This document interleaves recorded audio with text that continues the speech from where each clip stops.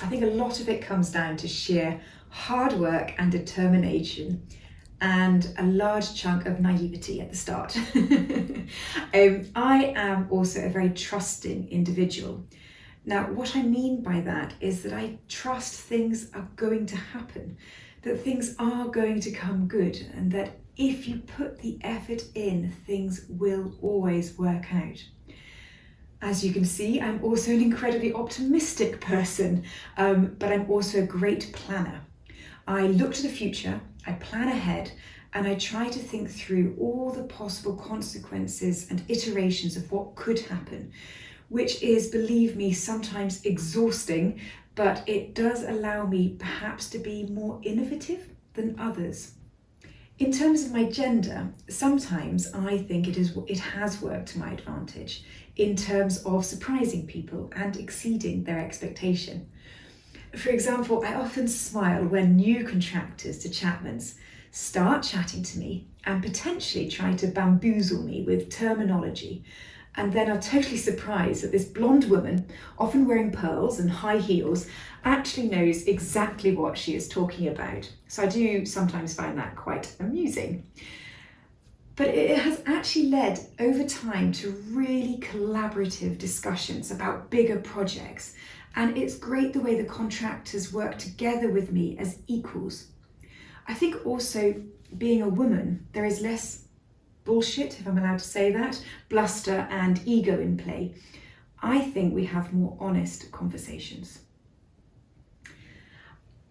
I guess the other thing is, with being a different gender and having young children, I'm unable to network in the pre-pandemic traditional ways, such as on the golf course or after work drinking sessions. And I've never been very good at that, to be fair.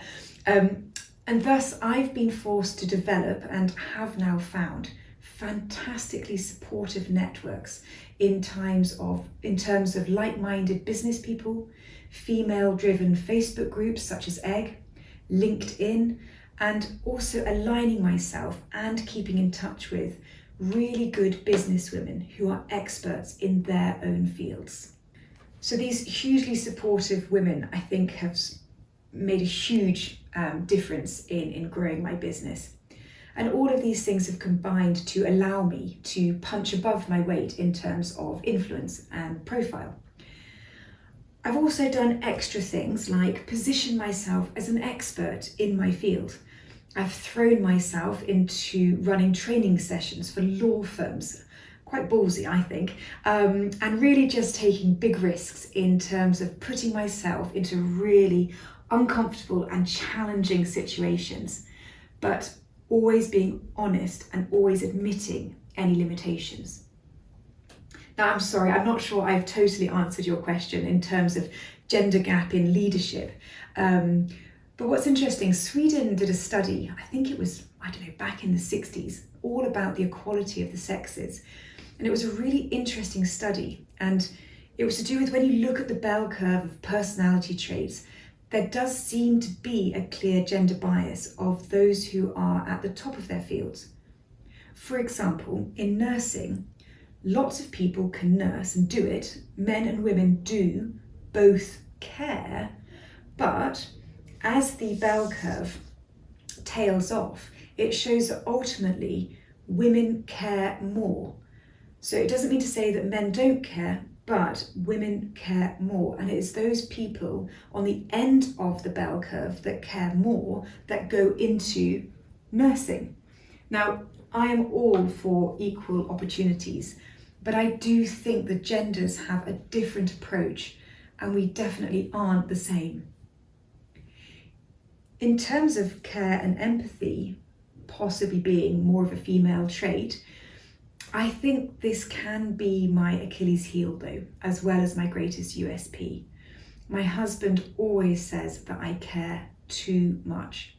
I care what our clients think of us and of our service. I care about how our tenants are doing. And I really, really care about what is going on with my team. And I take it really personally if they don't seem happy, if they move on to pastures new, and if they don't seem quite as passionate as I am. So although being able to empathize is great in terms of a values-led business. Sometimes, if I care too much, I forget to occasionally put myself first and show myself that same care and empathy that I would to other people. And if I don't look after myself, that isn't good for anyone. So as a female leader, therefore, I think perhaps I do care too much to my own detriment at times, but then how do you stop being authentic to you and to your own values?